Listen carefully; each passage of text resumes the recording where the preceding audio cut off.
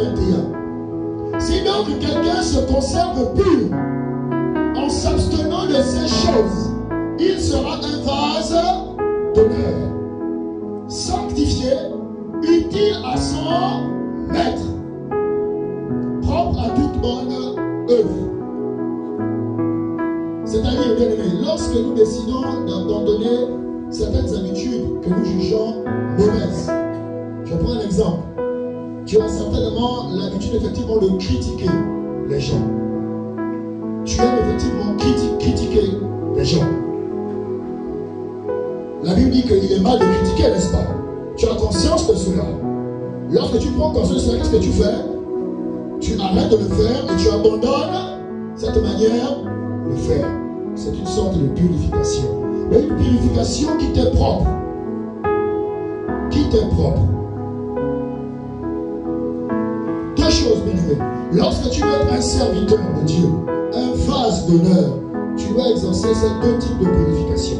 La purification, effectivement, qui vient de Dieu, selon 1 Jean 1, verset 9, et la purification qui vient de toi-même, en abandonnant ce qui est mal, en faisant ce qui est bien. Tu as volé, tu arrêtes de voler. Seigneur, je reconnais que ça c'est mal. J'abandonne de le faire.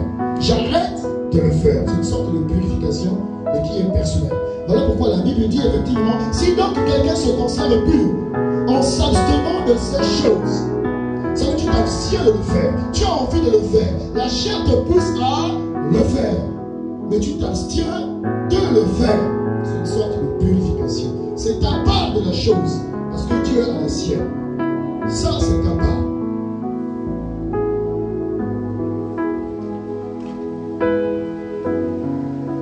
Dans nos églises, aujourd'hui, il y a beaucoup de vases. Beaucoup de vases qui sont inutiles. Tous les jours de notre vie, nous devons chercher à être utiles à Dieu. Pour chaque bonne œuvre qu'il peut faire à travers moi.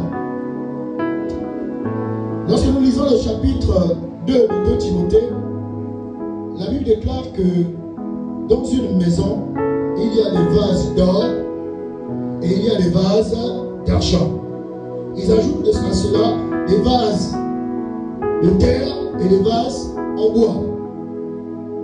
Alors, je vous pose une question qui est simple. S'il y a un incendie à la maison, s'il y a un incendie à la maison, merci ma soeur, Dieu te bénisse. S'il y a un incendie à la maison, quels sont les premiers objets que nous allons enlever?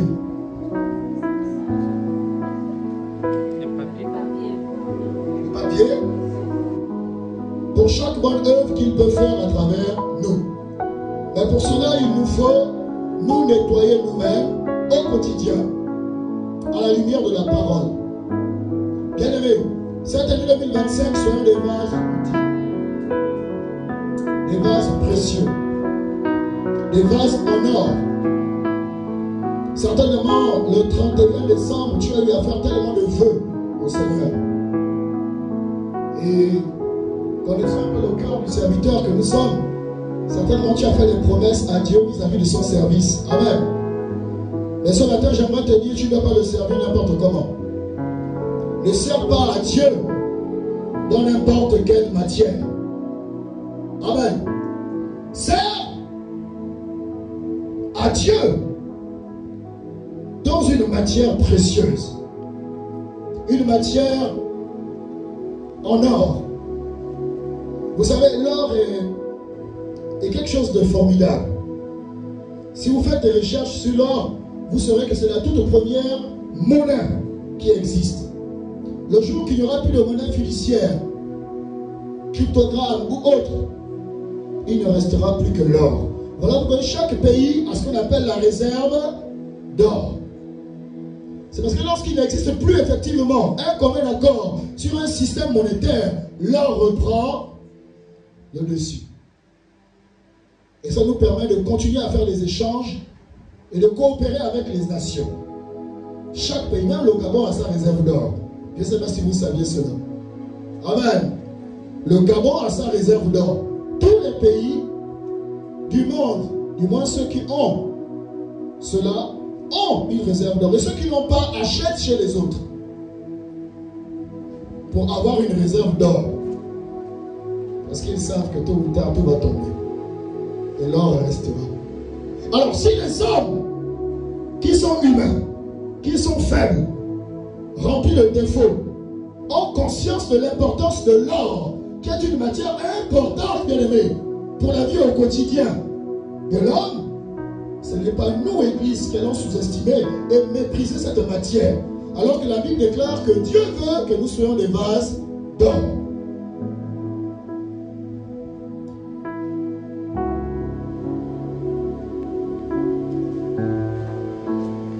Bien-aimés, nous devons nous nettoyer au quotidien à la lumière de la parole de Dieu. Demandez au Seigneur de nous montrer les voies qui sont inutiles dans nos vies et les nettoyer.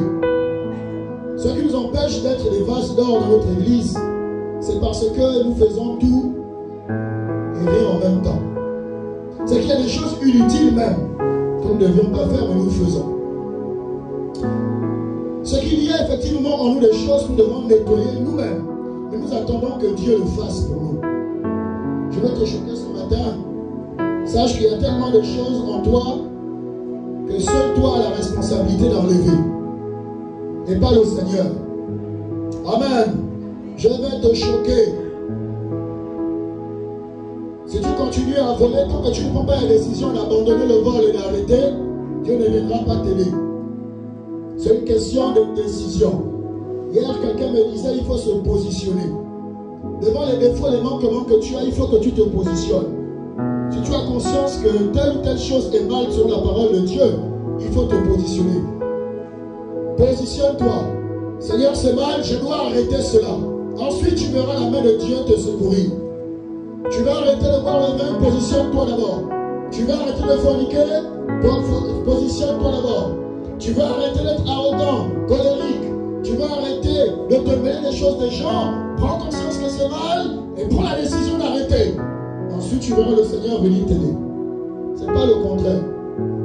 Bien aimé.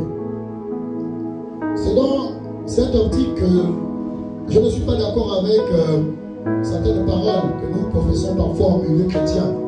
Tout est cadeau, tout est gratuit.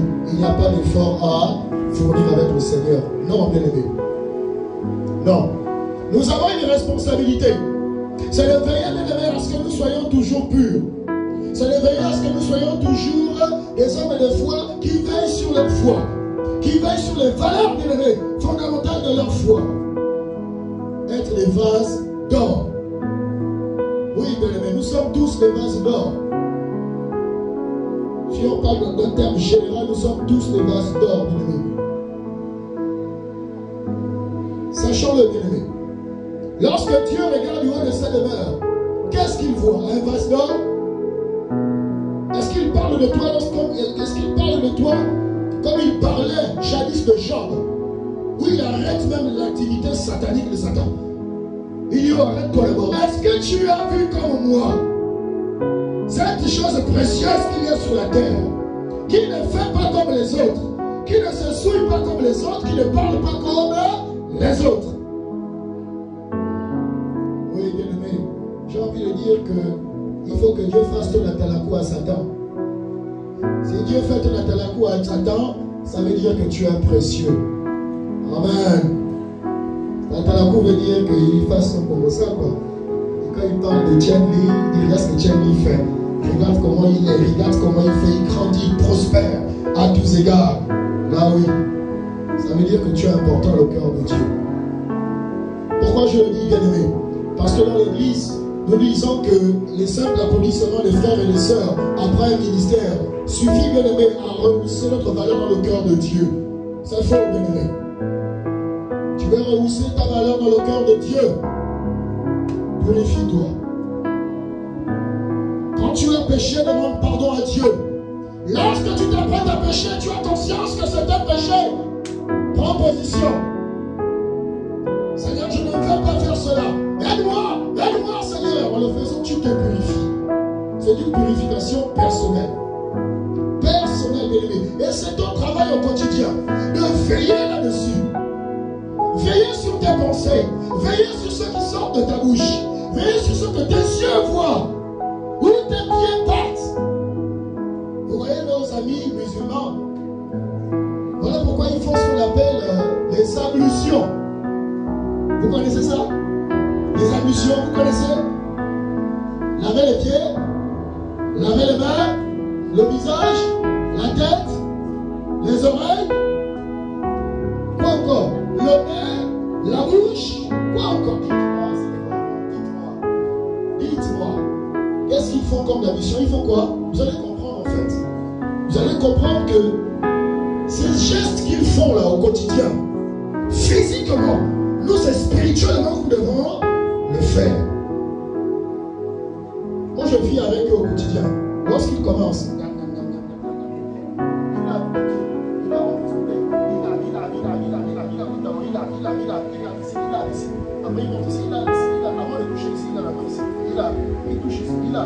qu'est-ce qu'il fait après? Il lave la tête. Tac, tac, tac, tac, tac. Après, les oreilles. Ça, mais il lave les oreilles. Après, il met. Après, il lave les yeux. Il lave. S'il pouvait laver dans les narines, il devait laver. Ils le font, je crois. Ils le font. Et nous, lorsqu'on les regarde, qu'est-ce qu'on fait? Et vraiment, ces gens-là, qu'est-ce qu'ils font comme ça? Tu te lèves, tu seras toujours sale, mon frère. Est-ce que vous voyez un peu? Mais c'est une représentation de ce que nous devons faire spirituellement. Église, montons. Montons, Église. Deux types de purification. Quand tu es un vase d'or, il y a la purification qui vient de Dieu. Lorsque tu te répands, et la purification que tu dois faire au quotidien. Où est-ce que tes pieds t'ont amené aujourd'hui? Où est-ce que tes yeux ont regardé? Où est-ce que tes oreilles sont allées se percher pour entendre?